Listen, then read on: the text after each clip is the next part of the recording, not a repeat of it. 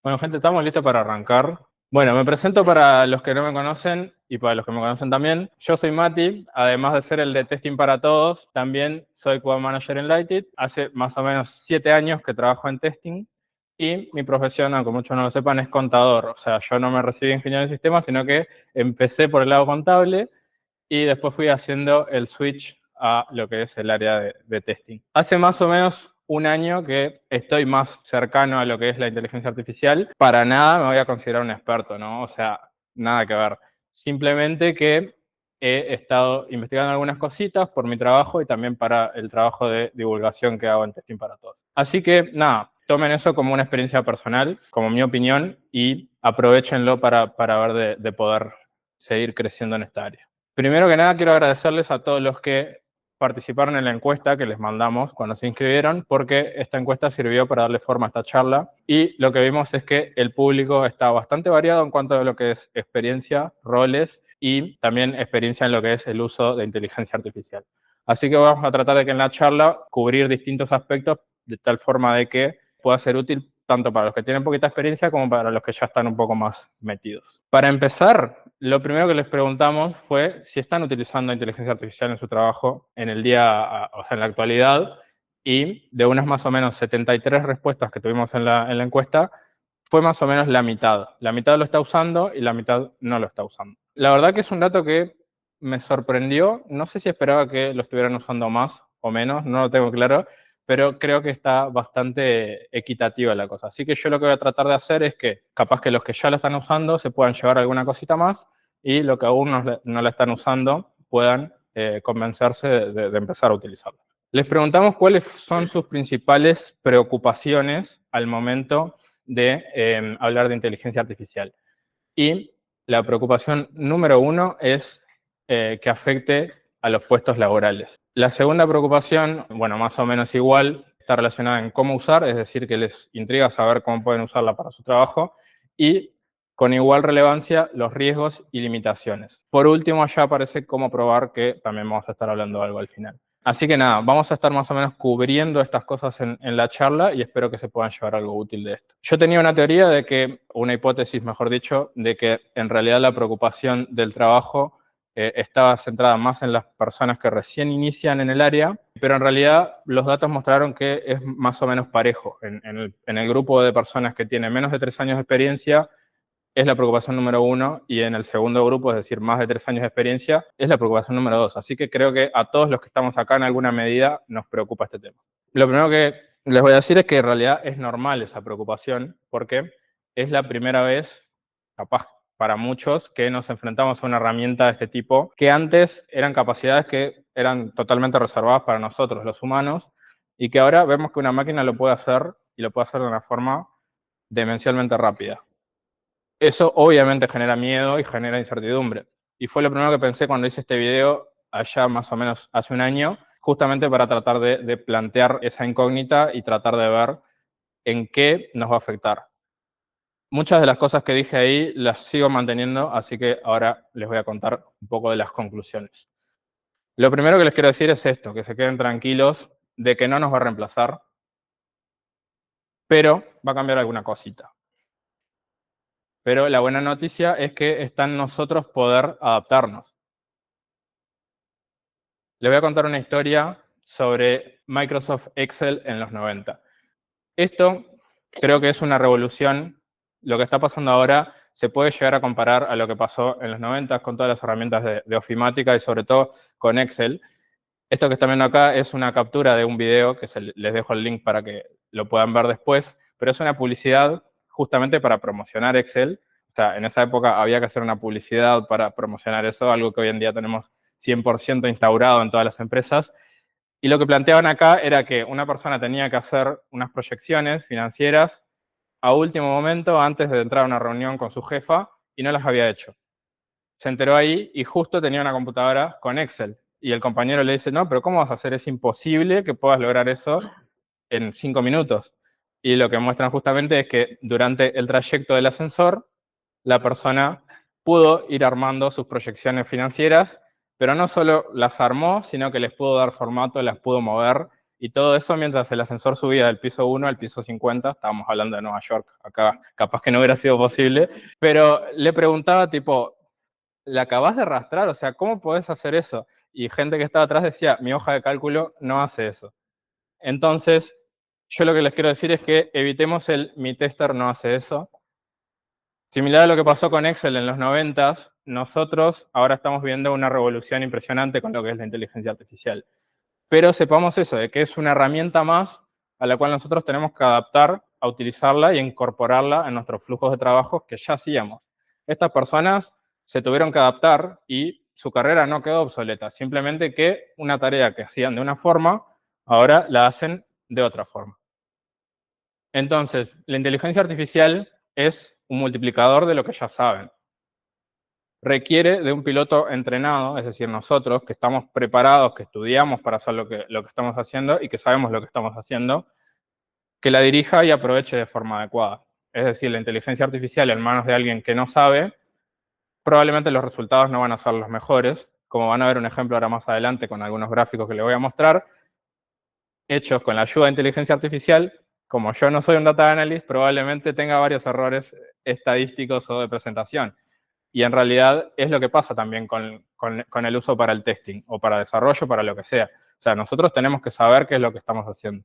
Así que acá lo que les aconsejo para todos, tanto los que están empezando como los que llevan bastante tiempo en esta área, es que puedan fortalecer sus bases, que eso siempre fue importante, pero creo que hoy en día es cada vez más importante, y que también eviten subestimar o sobreestimar las capacidades de la IA. Es decir, tienen que empezar a entender para qué sirve y ponerla en el lugar correcto, no pedirle cosas que no puede hacer y por eso invalidarla y decir que no sirve para nada, o directamente pensar que es lo mejor y hacer todo con IA. Creo que lo ideal es estar en tener un punto medio.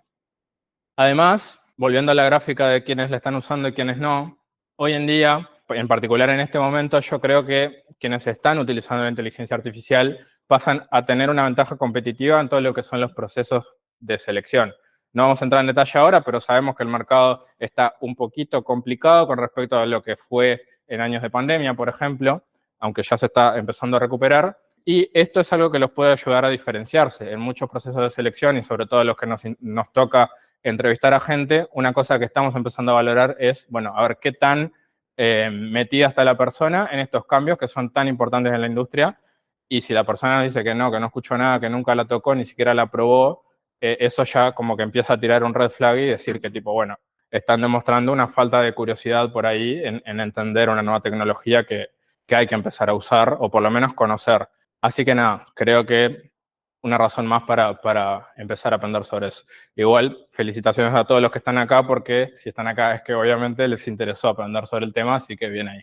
Pasamos ahora a algunos motivos que están frenando la adopción de la inteligencia artificial. Fue esto también parte de las cosas que les preguntamos en la encuesta. Esta es una de las gráficas, que alguien que sabe gráficos, por favor, no la juzguen, pero los principales motivos fueron, en primer lugar, falta de conocimiento, en segundo lugar, que no saben para qué usarla, y en tercer lugar, la falta de tiempo.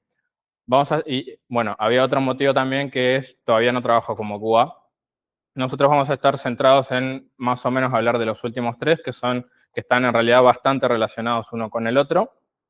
Y voy a empezar por el tiempo, porque esto en realidad en el contexto que estamos hablando ahora funciona casi como una paradoja, porque vamos a ver ahora un poquito más adelante que justo una de las cosas que nos puede lograr hacer la IA es tener más tiempo, o mejor dicho, optimizar cosas que ya hacemos para poder hacerlas más rápido o para poder hacerlas mejor. Entonces, si decimos que no la estamos usando porque no tenemos tiempo, en realidad es como que estamos desaprovechando una oportunidad de en realidad poder tener tiempo para poder utilizar ese tiempo para otras cosas que capaz que nos pueden aportar más valor.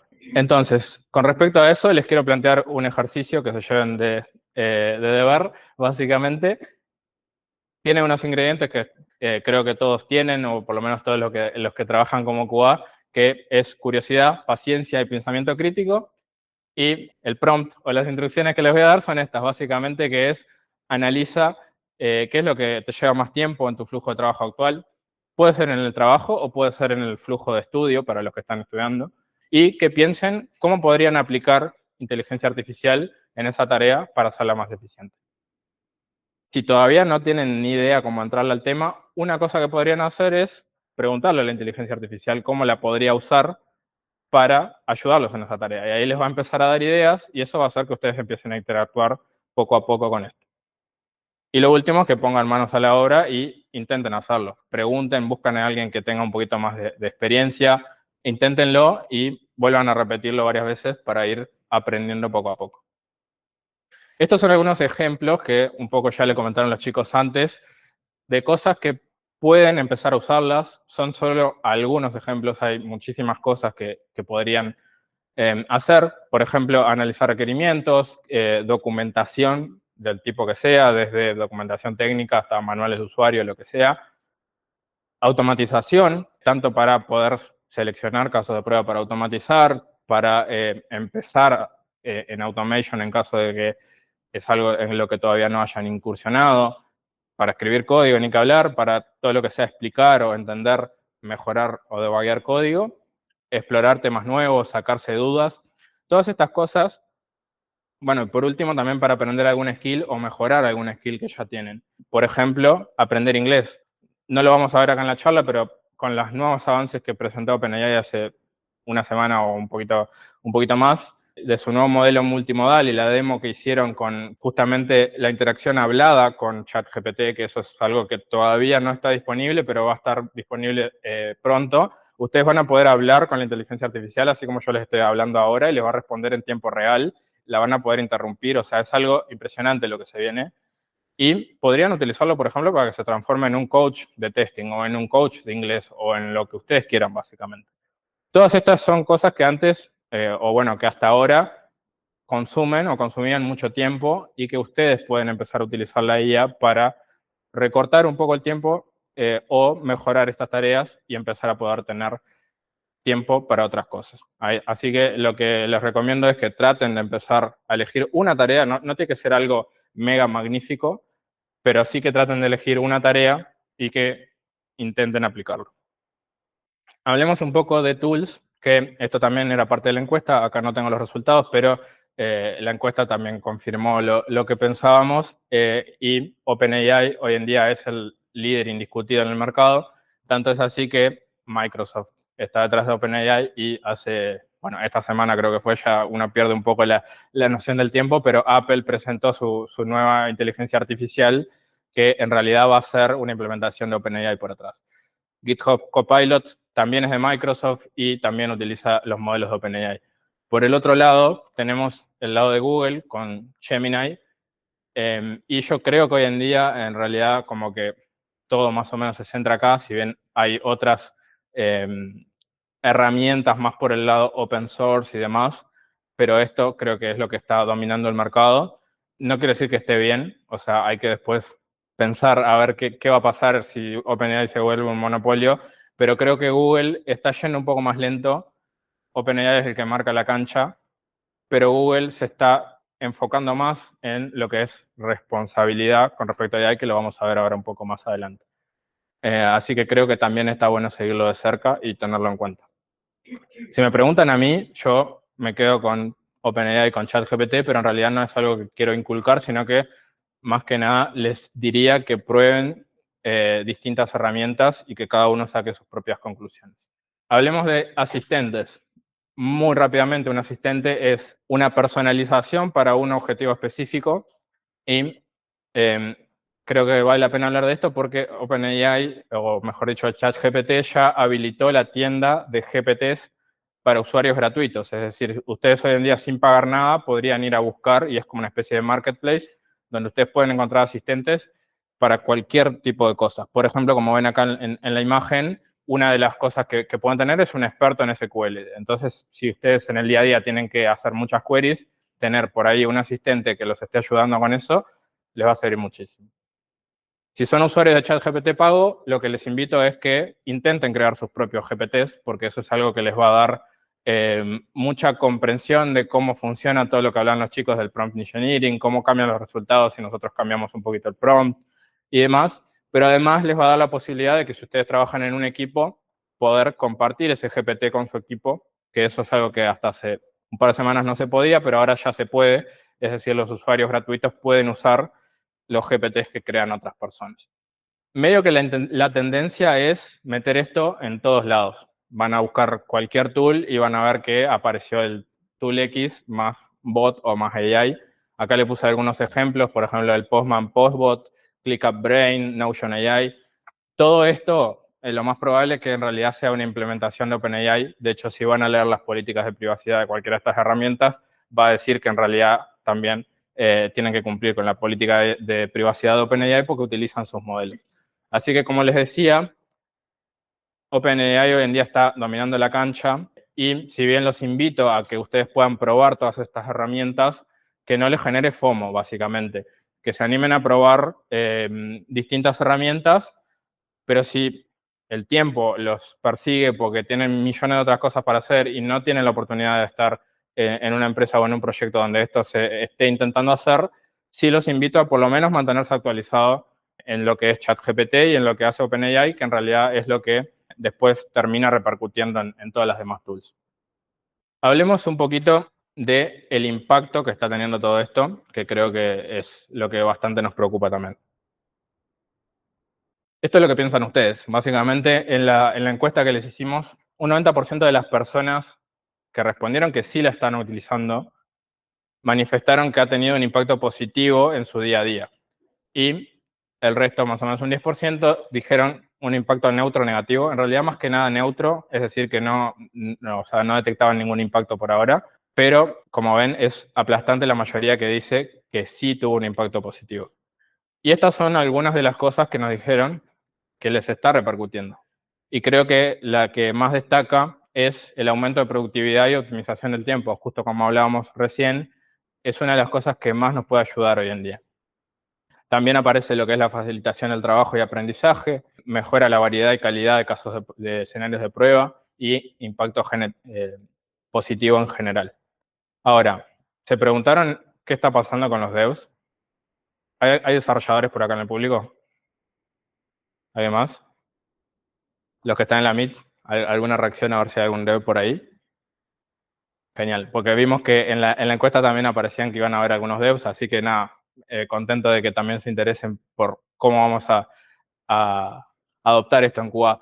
Pero esto que están viendo acá es un estudio que hizo GitHub Copilot, para saber el impacto que tuvo en la productividad de los desarrolladores. En realidad, hicieron un grupo de estudio, los dividieron a la mitad, a uno le dieron GitHub Copilot y al otro no. El aumento de productividad que detectaron es más o menos el doble. Es decir, la persona que utiliza GitHub Copilot en promedio resuelve la tarea en la mitad de tiempo. Obviamente que esto también es una herramienta de marketing de GitHub. Puede que no sea tipo exacto un reflejo de la realidad, pero si ustedes les preguntan a sus compañeros developers en sus trabajos, van a ver que todos lo están usando, o la gran mayoría.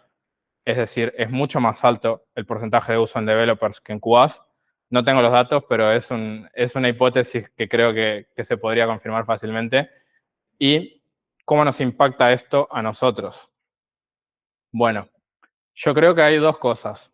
La primera es que va a haber mayor probabilidad de defectos. Esto lo pongo como pregunta porque en realidad no es una certeza, pero ya sabemos de que si antes se cometían muchos errores, es bastante probable que ahora que el developer además está utilizando el AI, pueda cometer errores porque capaz que al principio lo chequea un poco más, pero después empieza a confiar en que está funcionando bien y empieza a dejar de lado alguna cosa. Y una cosa que me comentaba un compañero de Lightit hoy, justamente, es que también puede pasar que ellos se enfoquen, es decir, el AI cuando te resuelve algo no tiene el contexto de todo el proyecto. Puede tener el contexto del cacho de código que vos le estás mostrando en ese momento, pero no sabe todo lo que está pasando por detrás. Entonces, la persona, al empezar a descansarse en eso, puede estar dejando de lado cosas que antes capaz que sí las consideraba. Entonces, ahí hay un desafío. Y la otra, que para mí es una garantía, lo vimos en la slide anterior, es que se va a empezar a ver una mayor velocidad de desarrollo. No sé si ya lo están notando en sus trabajos, capaz que no se dieron cuenta, pero yo tengo la percepción alta de que se está empezando a desarrollar mucho más rápido. y obviamente que eso nos impacta. ¿Cómo hacemos para adaptarnos a eso? Bueno, un poco lo que les contaba antes, tenemos que tratar de meternos ahí y ver qué cosas estamos haciendo hoy que podemos hacer mejor con la inteligencia artificial. Si no, lo que va a pasar es que nos vamos a terminar convirtiendo en un cuello de botella y creo que nadie quiere eso. La inteligencia artificial es genial, pero no es infalible. Es algo que tenemos que tener muy presente. Entonces, acá un poco también lo que les comentaron los chicos antes, algunas consideraciones generales de lo que es seguridad y privacidad. Nunca ingresen información sensible en ChatGPT o en cualquier otro modelo.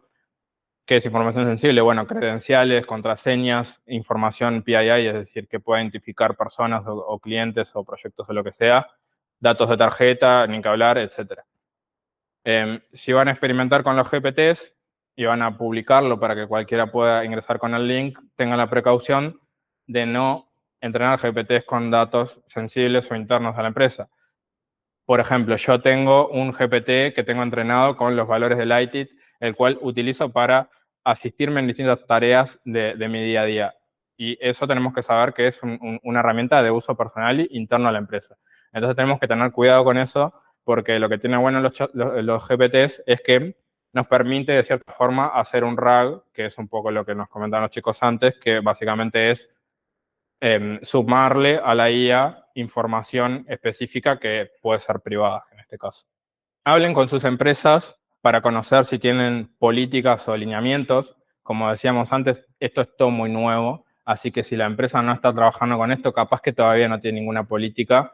Espero que no vayan por el lado de prohibir, porque no, creo que no es el camino, pero hablen con sus líderes, hablen con sus equipos para ver cómo lo están usando, para ver qué consideraciones tienen que tener. Y por último, consulten, obviamente que esto no va a ser capaz lo más común en empresas chicas, pero sí, si trabajan en empresas grandes, sepan que todas estas herramientas tienen sus versiones Enterprise. Está ChatGPT Enterprise, Teams, también está lo que es Azure OpenAI, que son servicios pensados para empresas que justamente están orientados a garantizar una mayor privacidad.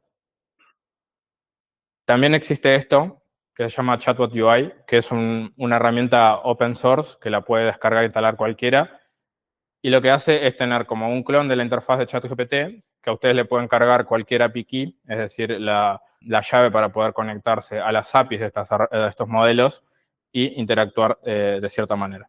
Esto igual tiene limitaciones y no es lo mismo que usar ChatGPT, pero te garantiza una mayor privacidad porque cada empresa lo puede implementar localmente en sus servidores y tener, por ejemplo, un control de acceso con lo que es el mail de la empresa, por ejemplo. Para los que usan cuentas personales, que creo que somos la mayoría acá, esto lo descubrí hace poquito. ChatGPT y Gemini también, pero la de Gemini en realidad me pareció un poco más turbio el disclaimer, así que no me gustó mucho, pero ChatGPT te permite la opción de desactivar el entrenamiento de los modelos en base a tus datos. Es algo que por defecto viene activado, así que después de la charla vayan a su cuenta y fíjense si lo tienen activado o desactivado. Y también tengo un botoncito que si van a Learn More, ahí pueden leer cuáles son las políticas respecto al entrenamiento con los datos. También sepan que en todo lo que es API y versiones Enterprise, OpenAI garantiza que esos datos no van a ser usados para entrenar el modelo. Llegando hasta acá, si los convencí de usarlos, traten de no pasarse para el otro lado, porque capaz que también me ha pasado a mí, pero cuando llegamos al punto de que nos enamoramos de esto y queremos usarlo para todo, terminamos abusando y eso hace que por ahí empecemos a perder nuestra esencia, nuestro toque humano, esa esencia por la cual capaz que nos contrataron a nosotros. Entonces, mantengan su lado profesional, mantengan su lado humano, revisen todo lo que hacen estas herramientas y utilícenla como un asistente y no sean la trampa al solitario de ustedes estar usándolas como reemplazos, porque en realidad no es lo que queremos. Hay un montón de cosas que los LLMs hacen mal, o por lo menos la pifian salado. Y estas son algunas. Esto viene de un post de Michael Walton. También les voy a dejar la referencia para que después lo puedan leer y entender qué significa cada una. Una de las principales son las alucinaciones, básicamente. No sé si ya se han enfrentado a esto, pero es básicamente cuando el modelo inventa algo que parece real, pero en realidad no lo es. Cuando ustedes empiezan a entender un poquito más cómo funciona esto, y que esto en base a probabilidades y que en realidad no está pensando, lo que hace es buscar algo para completar ese hueco que por ahí no tienen la información para poder completarlo. Entonces, ahí pueden pasar cosas jodidas y ya tenemos casos de cosas que han pasado en producción. Por acá les voy a dejar la noticia de un caso que pasó hace un tiempo con una aerolínea canadiense, donde un cliente consultó algo a través del chatbot de la aerolínea y el chatbot le dijo algo que no era verdad y después no le querían respetar ese descuento que el chatbot le había dicho que podía obtener. Entonces, ¿qué hizo el cliente? Demandó a la empresa y obviamente el juez falló a favor del cliente porque lo que alegaba la empresa era que, bueno, que ellos no se hacían cargo de lo que decía el chatbot. Y bueno, si el chatbot está en la página de una empresa, la empresa es responsable por lo que genera ese chatbot y por las consecuencias que genere. Entonces, en ese caso, obviamente, la empresa tuvo que indemnizar al cliente. Esto nos hace llegar a algo que se va a empezar a hablar mucho, que es Responsible AI. ¿Qué significa esto? Es básicamente un conjunto de prácticas, es decir, no es una receta mágica ni nada, sino que es tratar de englobar un conjunto de prácticas para poder desarrollar estas herramientas de forma responsable. ¿Qué se les ocurre que podemos hacer para mitigar esto? ¿Alguna idea? Testing, obviamente. Es por lo que estamos acá. ¿Qué hacemos para poder tener mayor confianza sobre las cosas? Esto no es nuevo, viene de toda la vida, es testear. La única diferencia es que capaz que antes por ahí era un poco más fácil, por eso de lo que comentaban los chicos en la charla anterior, del determinismo versus el no determinismo, y es que ahora es un poquito más difícil saber el resultado que vas a tener como salida de los modelos.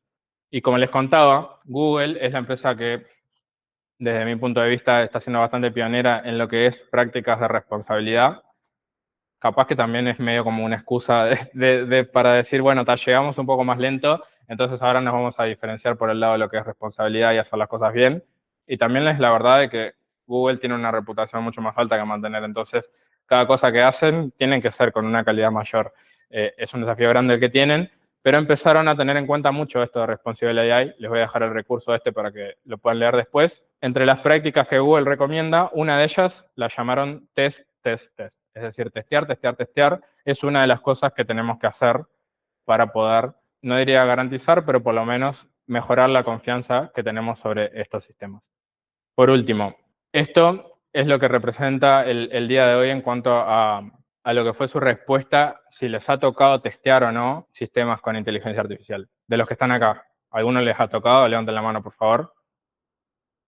Bien, tenemos por ahí 4 o 5. ¿Y en la Meet cuántos tenemos? Hay un par por ahí también. Bueno, es más o menos lo que dice la encuesta. Un 10%, somos un puñadito muy chiquito. Yo también levanto la mano, aunque poco, pero sí. Y todos los demás todavía no han tenido como contacto con esto. Entonces, yo creo que está empezando a surgir un nuevo perfil de QA bastante distinto a lo que veníamos acostumbrados antes y que va a ser más o menos una intersección entre lo que es un QA, un developer y un machine learning o data engineer. Creo que esto es algo que todavía no se está hablando, pero va a ser necesario porque creo que ninguno de estos roles por sí solo y sin aumentar su campo de skills va a poder con los desafíos que nos está enfrentando la inteligencia artificial hoy en día. Entonces, ¿cómo podemos hacer para aproximarnos a este tema? Que, como verán, es algo que tiene muchas patas, es tratar de intentar y experimentar mucho. Eso se los recomiendo a todos directamente. Tratar de leer, estar actualizados, leer artículos. Yo sé que es difícil leer, a mí me cuesta mucho, pero bueno, tratar de hacerse el tiempo de leer artículos, probar cosas, compartirlo con otros. Esto que están haciendo de venir a una meetup es tremendo paso también. Y yo sé que es difícil, porque a todos nos cuesta aprender cosas con las que capaz que no estamos acostumbrados. Puede ser una curva de aprendizaje empinada, pero traten de tomárselo con calma e ir pasito a pasito. Cualquier avance que vayan teniendo va a ser valioso.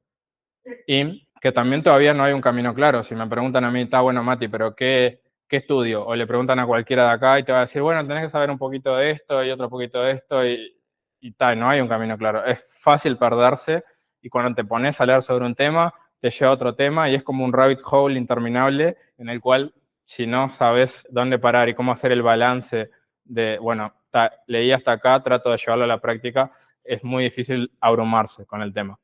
Y por último, también podrían elegir no subirse a esta ola y está ok. O sea, similar a cómo pasó con Automation en su momento y sigue pasando, hay gente que directamente decidió mantenerse al margen y está bien. Se va a seguir necesitando gente en otro tipo de proyectos que no involucran inteligencia artificial, porque si bien ahora le estamos metiendo inteligencia artificial a todo, eso en algún momento se va a estabilizar y vamos a seguir normal como antes, pero lo que sí no pueden hacer es dejar de usarla. Pueden elegir no aprender a testearla, pero creo que sí o sí deberían usarla y por lo menos saber las bases fundamentales de esto, por si después les toca interactuar con gente que sí la está testeando. Entonces, yendo a la pregunta de qué deberíamos aprender, bueno, hay un montón de cosas que por ahí les podría decir, pero todavía no están ordenadas. Entonces, lo que se me ocurrió plantearles a todos los que están por ahí, que por ahí les ha tocado testear, es tratar de unir esfuerzos y juntarnos a armar un roadmap colaborativo. Esto es algo que descubrí para la charla justamente, pero hay una herramienta muy conocida que se llama Roadmap SH, que te permite armar roadmaps de distintas rutas de aprendizaje de distintas carreras. Y creo que lo que podemos hacer es juntar esfuerzos y empezar a armar lo que sería una ruta ideal o por lo menos una ruta básica para introducirnos en este tema, que yo creo que ya tenemos bastante para aportar. Si bien no tenemos certeza de cómo va a seguir esto a futuro, me parece que es algo que tenemos que tener en cuenta. Y bueno, la charla iba a terminar acá, pero ayer a última hora, cuando la estaba terminando, me puse a googlear Generative AI Co-Engineer y me encontré con esto, que se los traigo como primicia, y es que ayer Apple publicó la primera oferta laboral justamente con el título de Generative AI Quality Engineer, y esto obviamente a raíz de que publicaron la noticia de que van a integrar ChatGPT en el iPhone. Así que nada, creo que queda más que confirmado que se viene un cambio de paradigma, de que va a aparecer un nuevo rol y que tenemos la oportunidad de tomarla o dejarla. Para cerrar, creo que las tres conclusiones principales es que la IA no nos va a reemplazar, sino que va a actuar como un copiloto potenciador y depende de nosotros aprovecharla. Necesitamos entenderla, entender cómo funciona, cuáles son sus limitaciones y también vamos a necesitar saber cómo probarla o, bueno, cómo sacarle el máximo provecho en caso de que la estemos utilizando. Así que, bueno, por acá terminamos. Espero que les haya gustado y si tienen preguntas, ahora sí, los escucho.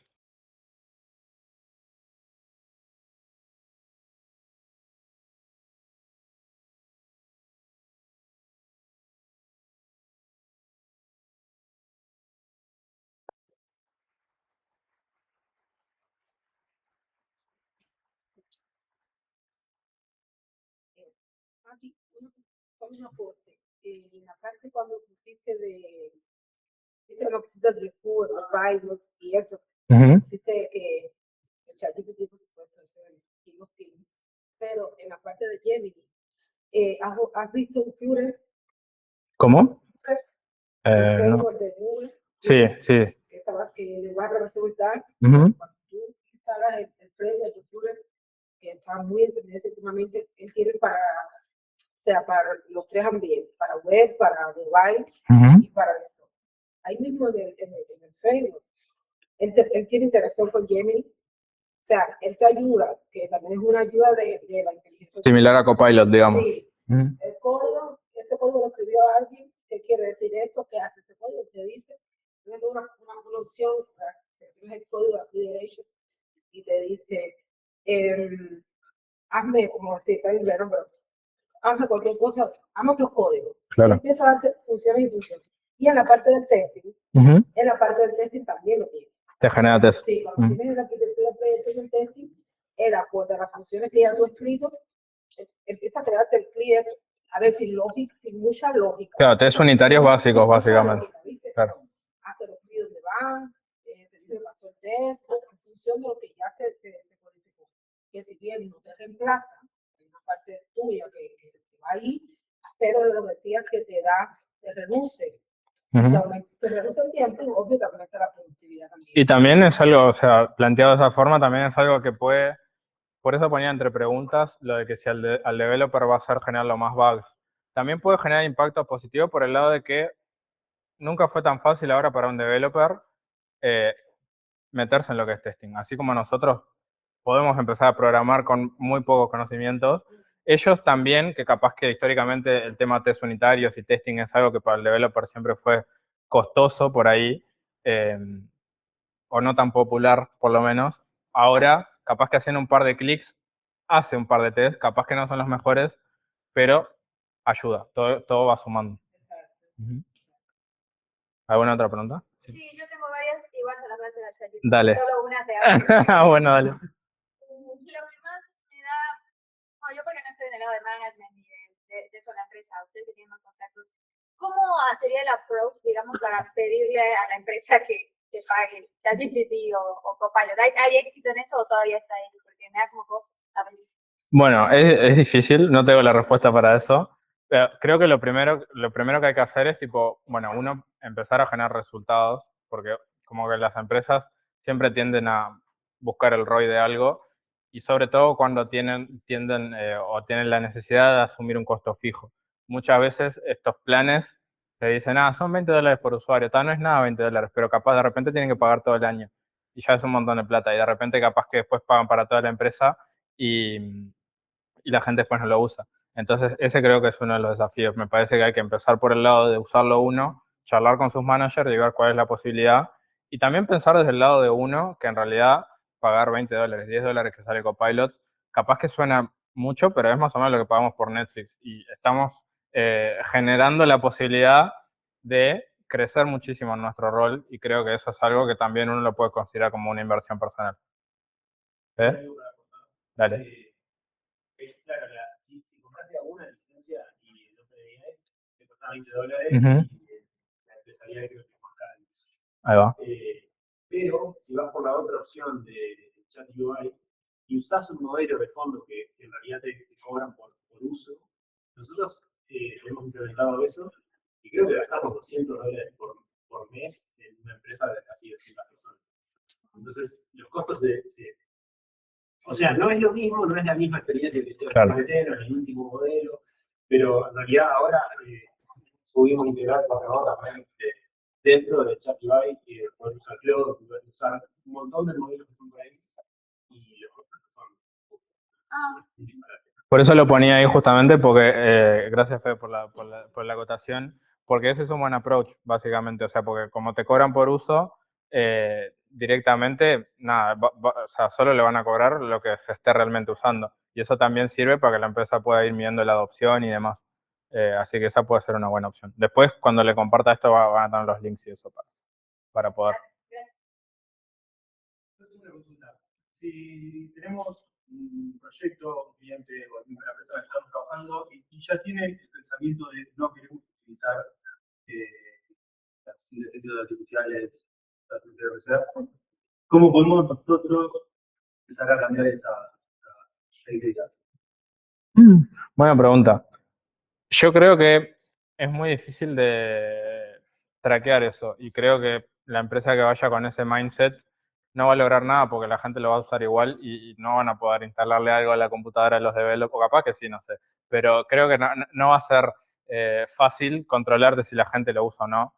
Entonces, creo que, no sé si es algo que les ha pasado, pero me parece que es una tendencia natural. O sea, simplemente explicar los beneficios y le muestran la gráfica esa de que el proyecto lo van a tener en vez de en un mes, en 2 semanas, o en vez de un año, tipo en 6 meses, y creo que eso va a comenzar bastante rápido al cliente. Si la preocupación es la privacidad, les hablan de lo que son las herramientas Enterprise, y si saben que en realidad lo que se está implementando es la API, que de hecho, que además del tema costo, esta herramienta Chatbot UI, cuando uno le carga el API key, en realidad lo que está usando es el API de OpenAI, y el API directamente no guarda nada de datos, simplemente va y viene la respuesta y ellos aseguran de que la privacidad está garantizada. Entonces creo que eso puede ser un buen.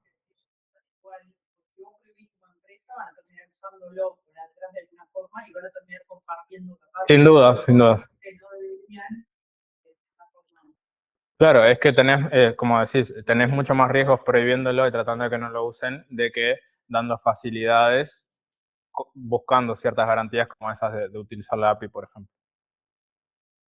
¿Más preguntas? Sí. No, tenía para aportar también eso. Soy uno de los desarrolladores que está en la estadística. Y ahora encargado también del área cloud, siempre me ha venido pasando de que los chicos me dicen, che, habilitame Copilot. Por distintos motivos, por distintas cosas. Y en realidad hay un montón de preguntas antes de poder llegar a ese punto, como organización, como equipo, como área de desarrollo y de testing también. Porque hay que recordar que nosotros tenemos una responsabilidad también con clientes. Hay responsabilidad también a nivel del código que estamos trabajando. Entonces, no es simplemente conectarlo y no saber a dónde va a ir eso o no tener la privacidad por lo menos definida, cuál va a ser el code que eso va a impactar. Entonces, sin duda, siempre está bueno probarlo, siempre está bueno poder acercarse y como decía vos, poder subirte a la ola o no, pero la realidad la tenés en la cara. O sea, no hay de otra manera como hacerlo, pero la cuestión es darle las herramientas también dentro de sus equipos para que lo puedan probar de forma segura, de forma estandarizada, de manera tal que cada uno pueda darle algo más, pero sin necesidad de que eso tenga un riesgo para el mismo equipo o tenga un riesgo para lo que se esté llevando adelante. Entonces ahí como dentro de esa área lo ideal es, bueno, apoyarlos y traer resultados sobre la mesa, o sea, decir, mirá lo que hice, pero también dejándole claro que no estoy subiendo el repo completo para sacar simplemente que te haga una función que te suma 2 números. O sea, hay que buscar un equilibrio, hay que buscar también la forma de que eso sea productivo, no solamente para el equipo, sino para la organización.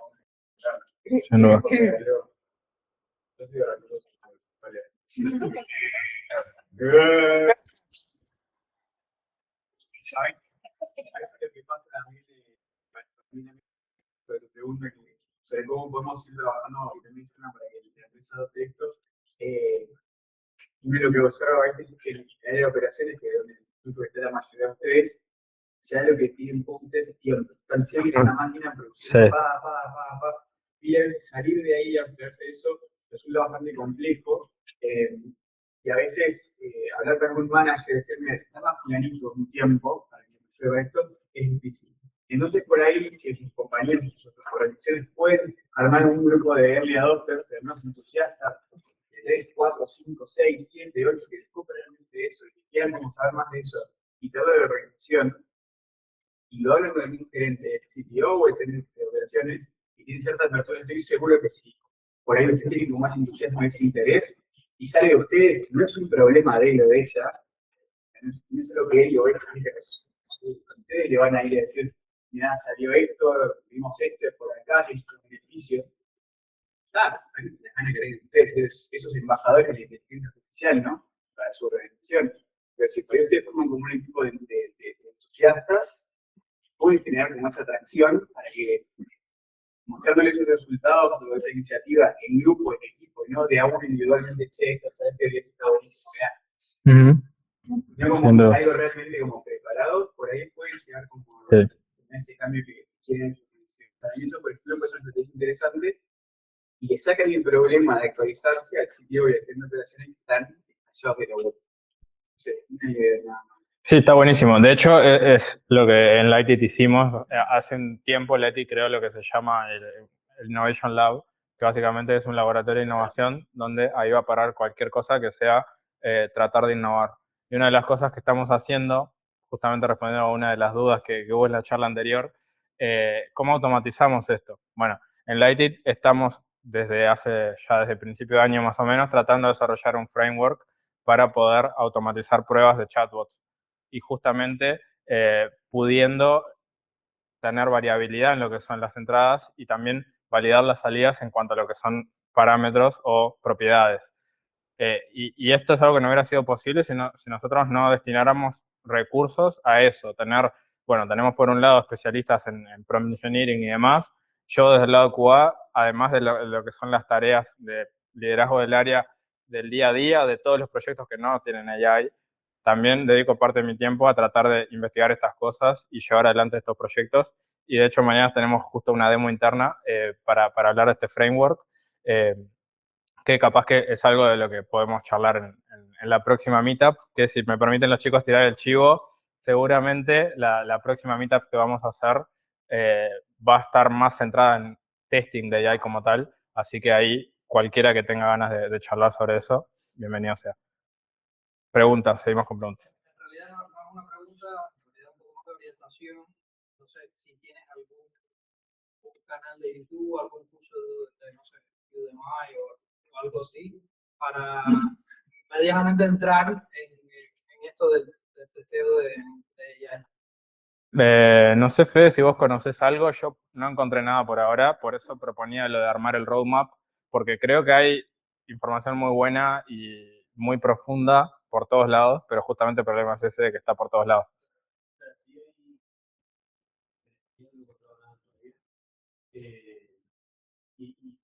sea, si buscas los cursos de Google, de Deep Learning, ahí hay, incluso hay muchos de Vance, que lo mencioné previo, que es esto de usar el LLM para automáticamente las salidas.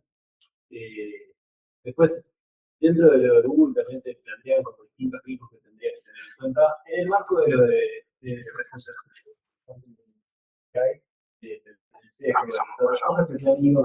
Buenas preguntas. Pero no un uso de testing de Unas preguntas. Una mano levanta. Bueno, me encantó la idea de colaborar en ese roadmap, Mati. ¿Lo vas a compartir? Sí, es la idea. Todavía no sé bien cómo, pero voy a tratar de, o sea, charlemos después todos los que estén interesados en colaborar. ¿Qué cosa? ¿El roadmap? ¿Y dónde lo...?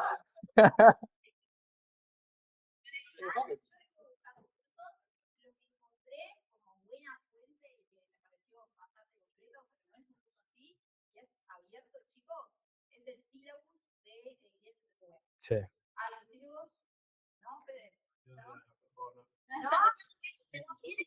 Una explicación. Es distinto. O sea, tiene la introducción, lo estuve analizando incluso para poder expresarlo y me pareció pobre lo que vienen trabajando, porque en realidad es cómo hacer prompt engineering para generar casos de prueba, para hacer documentación, que no tenemos que salir de la conversación de ahí. Claro, o sea, tiene las básicas, que hoy, la charla previa, estuvo bueno el ver eso de los conceptos, eso sí lo tiene, pero después la conversación interesante, que es más lo que ahora estaba Matías y prometió para el próximo día, porque vamos a entrar más ahí.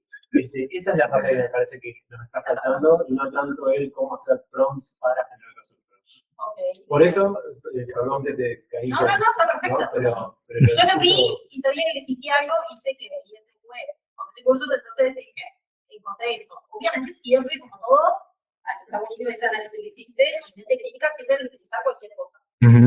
Sin duda. No, y aparte el problema con eso es que fue hecho previo a los LLMs. Entonces, como que te da todo el contexto de lo que es Machine Learning y no sé qué.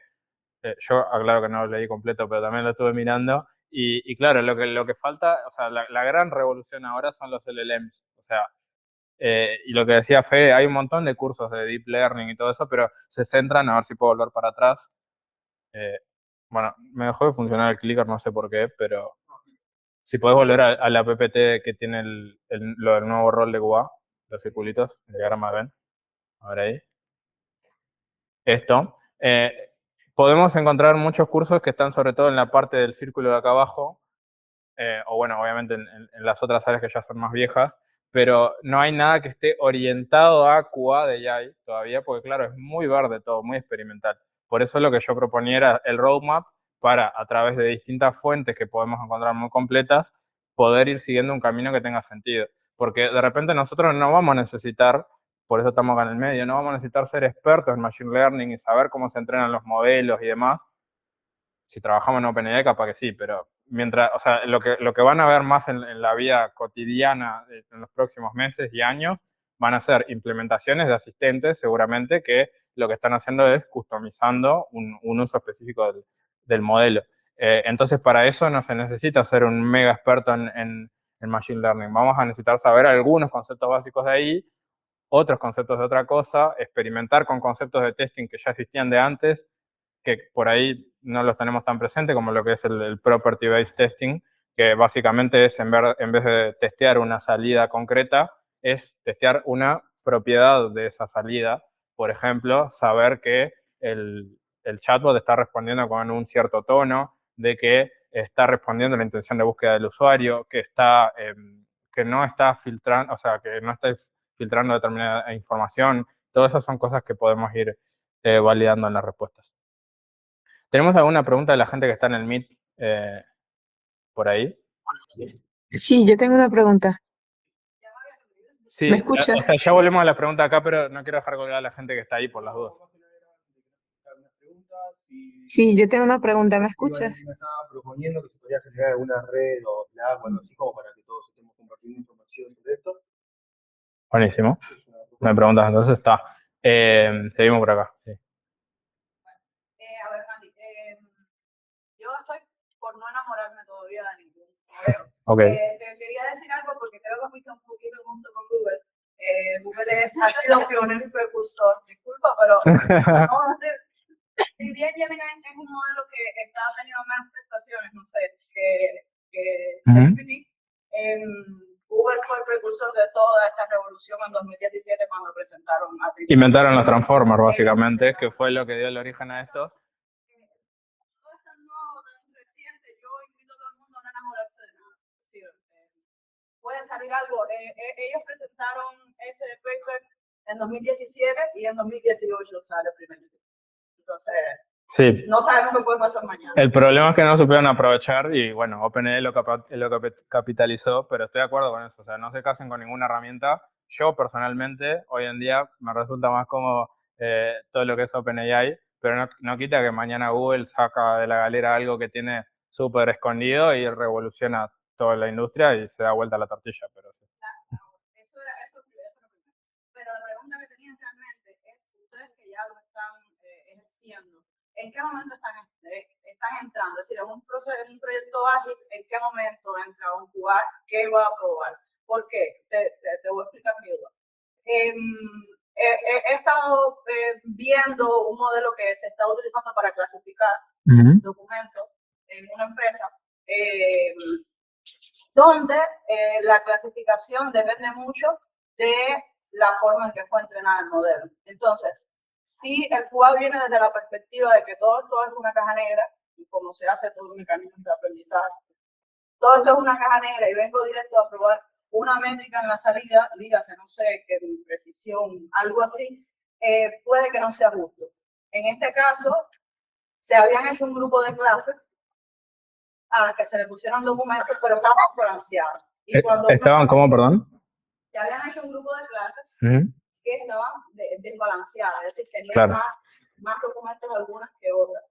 Y las salidas estaban sujetas a eso, pero si uno venía con una métrica particular, podía que le diera un valor correcto y no era real.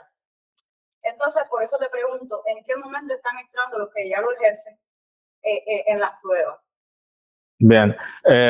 Primero, el caso que planteas es tipo más un modelo de machine learning preentrenado por lo que veo. No tengo tanta experiencia en ese campo. Lo que nosotros más estamos enfocados es justamente a la parte del LLMs y es a utilizar las APIs que dispone OpenAI y capaz que algún otro modelo para justamente entrenar asistentes con un objetivo específico. Así que no sabría responder tu pregunta, pero cómo lo estamos haciendo nosotros es básicamente por ahora de forma experimental. Tenemos distintos QAs que están participando en cada uno de los proyectos que tenemos de inteligencia artificial. Lightit creó un producto justamente, por un lado, para atender una necesidad del mercado y por otro lado también para empezar a aprender sobre esto. Y lo que estamos haciendo justamente es interactuar todo el tiempo con los que son los prompt engineers, un poco lo que comentaban los chicos de lo que es el flujo de desarrollo. Nos juntamos con ellos, tratamos de, como en un proyecto normal, entender cuál es la necesidad de negocio. También hay un desafío grande para los UX, que no sé si hay alguien acá hoy en día, pero no nos podemos olvidar que son herramientas que van a utilizar humanos, por lo cual tienen que estar centradas en el usuario. Y a veces capaz que como estamos pensados, en lo revolucionario que es, capaz que no nos centramos tanto en el usuario y no nos podemos olvidar de eso. Es un desafío también pensar cómo diseñamos la experiencia conversacional, que es algo que está embebido, está embebido en una UI, pero que no es como tal la UI, sino que es la experiencia de la conversación. Y eso es algo que hoy en día nadie lo cubre, porque el prompt engineer lo que sabe hacer es tipo cómo hacer un buen prompt para cumplir algo, pero no tiene como esa cabeza de pensar en, bueno, cómo se va a sentir el usuario, porque viene con otro mindset. Por eso es lo que les digo de que hay que empezar a juntar áreas y centrar un poquito de cada una de esas cosas. Para resumir, respondiendo a tu pregunta, todavía no hay un proceso instaurado. Yo creo que el proceso no va a tener que ser tan distinto como es hoy en día con cualquier proyecto normal. Lo que va a cambiar es un poco lo que son las habilidades requeridas. Es que yo creo un poco con eso y me impactó esta slide. No lo había pensado de esta forma, pero sí lo venía pensando más relacionado a la pregunta que hacía, que es en qué momento nos tenemos que meter. Para mí el cambio grande que vamos a tener es en el proceso y vamos a tener que hacer un shift left mucho más grande, porque nos vamos a tener que involucrar. Pensando en si estamos entrenando modelos bueno, ahí directamente a los datos, ¿no? Claro. Claro, si la calidad de los datos no la verificamos, estamos hablando del testing, no del tester, porque la verificación la puede hacer el mismo data science. Claro. Pero si no verificas la calidad de los datos al inicio de todo, lo que venga después, por más que luego que le metas, no va a quedar como buena calidad. Que un poco también se intersecta con esta idea de vamos a tener que utilizar un poquito de desarrollo, un poquito de machine learning y siempre con eso de calidad, pero muy embebido en todo el proceso. Entonces, creo que el proceso va a cambiar un poco. Hay que entender bien cómo se construye para poder hacerlo. Claro, es que estoy de acuerdo con eso que dice Fede. Tipo, hay que ver muy bien cómo es el proyecto, porque de repente nosotros tenemos control sobre el entrenamiento de los datos y eso es parte de tu sistema, entonces parte del proceso que vas a tener que garantizar. No sé si va a ser una sola persona, porque también es algo que viene surgiendo hace tiempo, que es el concepto de data tester o tester de datos directamente. Entonces capaz que se van a tener que combinar ambos perfiles. Uno más en la etapa de los datos, del entrenamiento, de cómo se recopilan y se guardan esos datos, etcétera, que preparan para el entrenamiento del modelo, y capaz que otra persona más orientada hacia el final. Pero si son proyectos en los cuales nosotros estamos tomando un modelo como base, en realidad el modelo para nosotros viene dado y nosotros no podemos influir en cómo OpenAI entrena sus modelos. Entonces ahí las pruebas tienen que ir por otro lado. Entonces creo que va a depender bastante y por eso creo que es importante entender la diferencia entre los distintos tipos de proyectos que pueden haber con ella. Ahí justamente, perdón, antes de salir del tema, porque me esta parte, ahí justamente cuando usas este LLM, a mí me parece que hay que entender bien cuáles son los riesgos que hay asociados a eso, porque muchas veces, como no podés cambiar el modelo, tenés que tomar acciones compensatorias. O sea, si esto sabés que la estás jodiendo por tal aspecto, entonces, ¿qué hago en el sistema para procesar eso de alguna forma que lo que le doy a mi usuario? Porque mi usuario, por más que acepte... Claro, no le va a importar, claro, tal cual. Entonces tenés que hacer algo para compensar eso. Y de ahí la importancia de entender cuáles son los puntos flacos del modelo que estás usando. Y volviendo a un comentario que hiciste antes, Google fue el primero, inició todo, pero como después quedó medio atrás en cuanto al negocio que hay alrededor de esto, están yendo muy apurados y se están mandando algunas macanas en el camino. También. Pero es interesante entender en qué puntos flojos tiene cada modelo, porque Gemini tuvieron que ir para atrás con la parte de imágenes, salió en las noticias, el tema de que le metieron un poco y generaba... Sí, nazis asiáticos o cosas así, tipo muy, tipo con la inclusión, no me acuerdo cómo es el término que se utiliza ahora, pero sí, como que... Y ahora OpenAI está yendo súper rápido, pero a la vez, mismo gente que labura ahí adentro está diciendo que están yendo más rápido de lo que deberían porque no están teniendo ciertos cuidados para evitar determinado tipo de riesgo. Entonces, lo tenemos que gestionar nosotros ese riesgo, porque si no lo gestionan ellos. Y ahí es donde nuestro papel pasa a ser como súper relevante. Sin duda. Bien. Una última pregunta. Dale. Acá por el chat, que sigamos redondeando. Ana pregunta si podés contar un poco de qué IA testeaste y si podés contarnos un poco cómo la testeaste. Ok, está. Es como que el puntapié para la próxima meetup, para la próxima charla, porque obviamente no voy a poder contar eso en 2 minutos, pero principalmente me estaba enfocando, como les comentaba, en lo que son implementaciones en base a OpenAI, y ahí es un poco lo que decía Fede recién, de bueno, tratar de ver cómo nosotros dado un modelo sobre el cual no tenemos control, implementamos ciertas cosas para tratar de dar ciertas garantías en cómo se construye el prompt y en cómo se validan esos resultados finales. Pero sin duda es algo para charlar mucho rato más. Así que nada, si no hay más preguntas, gente, vamos. La idea es ir cortando ahora.